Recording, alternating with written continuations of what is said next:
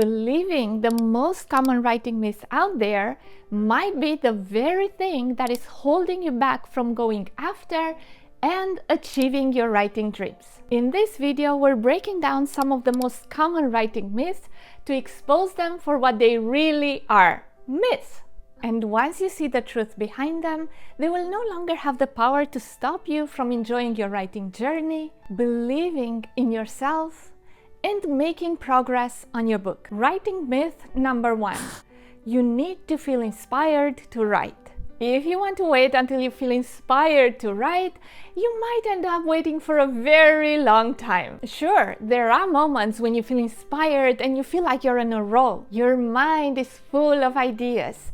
Your words flow smoothly on the page, and you feel like you could write an entire book just in one sitting. When that happens, there seem to be no limits to what you can do. So use those bursts of inspiration to make as much progress on your book as you possibly can. But then there are those other moments. The ones where you sit in your chair and suddenly everything other than writing your book seems to be way more important. Your muse seems to have gone on vacation and you feel like there's nothing you can write during that writing session. But don't let your mind fool you. You can still write. You might just need a little bit more willpower and focus to get yourself to take some action. Your muse is just waiting for you to take the first step before she comes to join you. When you sit in your chair and refuse to give in to various distractions and you keep your attention on your manuscript instead, you're practically inviting your muse to come back. Action is the best way to get her to return. So keep showing up even when you don't feel like it, and your muse will show up too. Writing myth number 2.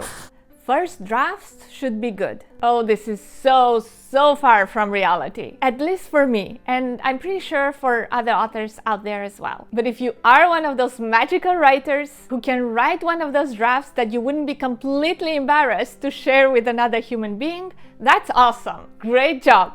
And please do let the rest of us know how you got to that point. We'd all love to get there someday. But for the majority of writers, the first draft is very far from being good. And that's perfectly okay. Your first draft doesn't have to be perfect. It doesn't even have to be good.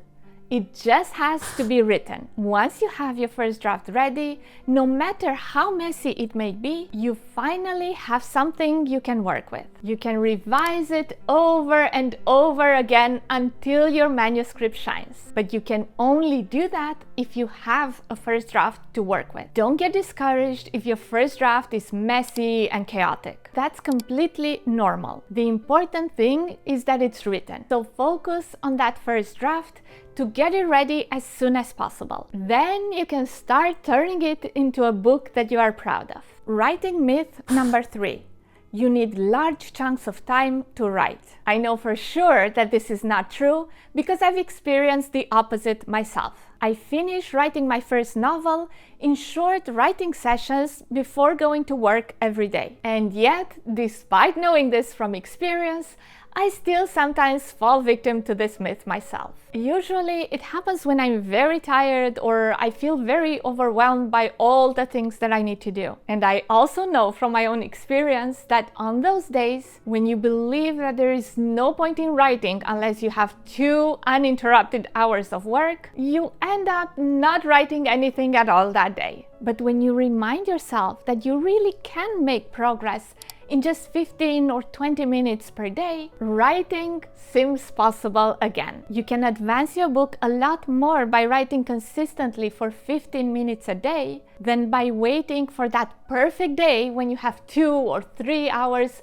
of uninterrupted time when you can focus on your book. Of course, having that much uninterrupted time to focus on your novel is great, and you can definitely write a lot during that time. But not everybody has that much free time during the day to dedicate to their writing. If you're working a full-time job, or you have small kids, or you're the sole caretaker of an elderly family member, it's not that easy to find such a large chunk of free time. But maybe you can find 20 minutes. Even if it doesn't sound like much, those small writing sessions add up over time. And with consistent effort and patience, you will manage to write your book one short writing session at a time. Writing myth number 4. Writing fast means writing badly. I have to admit, when I first started writing, I thought this was true. That's because when I first started writing my novel, I actually didn't know anything about writing. At that time, I thought that when you write a book, it has to be great from the start. Which of course, in my case, this wasn't going to be true anyway, since this was the first book that I ever wrote.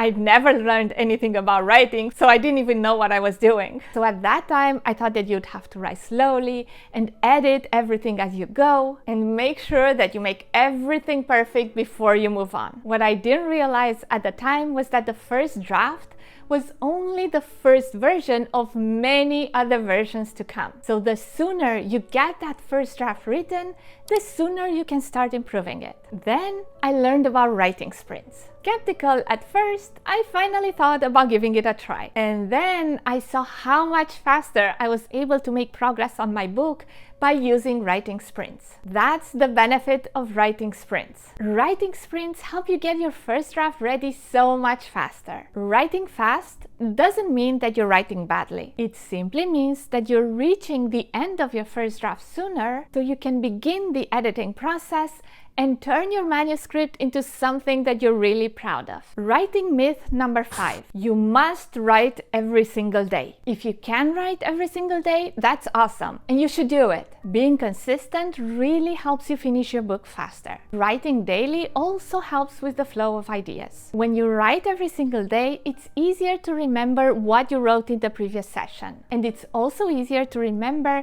how you had planned to continue your story from there. If you only write once in a while, it might sometimes slow down the process if you first take some time to remember what you wrote. So yes, writing every day certainly has its advantages. But not everybody can do that. You may have different work and family commitments that prevent you from writing every single day. But that doesn't make you any less of a writer than someone who writes every day. Writing should be something enjoyable. If you force yourself to write every single day, even when you don't have the time or the energy to write, you may end up creating unnecessary stress around writing. Instead of looking forward to your writing sessions, you might end up dreading them. The important thing is that you write whenever it works best for you. Maybe you're a weekend writer, or maybe you only focus on writing during 1 month each summer. Every option is a valid option. So organize your writing routine in a way that works best for your life. And make sure that it's a routine that makes your writing sessions fun. Writing myth number 6.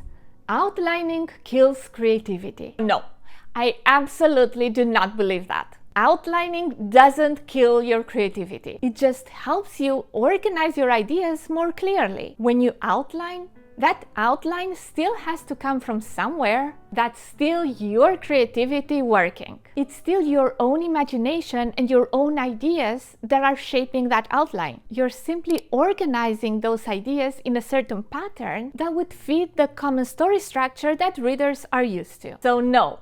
Outlining definitely doesn't kill creativity. If anything, it can actually help your creativity. It gives your ideas direction and helps you stay organized while you write your novel. I'm not saying that everyone should use an outline for their novel. Of course, if outlining doesn't work for you, you absolutely don't have to use one. It's not a requirement for writing a book. All I'm saying is that someone who outlines is not less creative than someone who likes to discover the story as they write. For example, I know that Stephen King does an outline, and that works very well for him. And it also works very well for other writers. So if you're a pantser, keep writing in a way that feels exciting and most natural for you. All I'm saying here is this.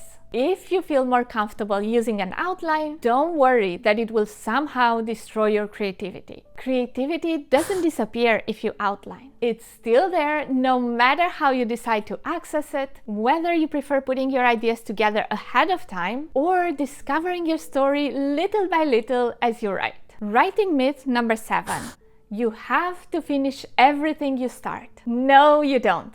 Not every project you start has to become a published book. Some projects might simply exist to help you figure out how to put your ideas into words. Others, maybe they're just for you. Something you want to write just for yourself, without any intention of ever sharing any of that with the world. All of these projects have their own purpose and value, and the time you spend working on them is definitely not wasted time. Every story you write teaches you something. They help you learn how to write and how to organize your thoughts. So one way or another, they all help you become a better writer. When I first started writing, I wrote a whole young adult sci-fi space adventure novel, and I finished it. But then I wrote a sweet romance novel, and I realized that I enjoyed writing romance more than I enjoyed writing sci-fi. So for now, I'm putting aside my sci-fi projects to focus on my romance stories. And I don't feel like the time I spent writing sci-fi was wasted time. Writing my first novel taught me a lot about storytelling and the writing process. And most importantly, it was fun for me to write it, to live that adventure through my characters. At the moment, I'm simply choosing not to pursue the sci-fi stories, so I can focus writing the romance novels. That doesn't mean I will not return to sci-fi someday. They're just taking a little break for now. So don't worry if you change directions, you don't finish a novel, or suddenly realize you're more excited to write something else. Writing is a learning journey, and every project you worked on has helped shape you into the writer you are today. If you enjoyed this video, you might also enjoy this other video about the top mental blocks that are holding writers back. Keep writing and have fun writing.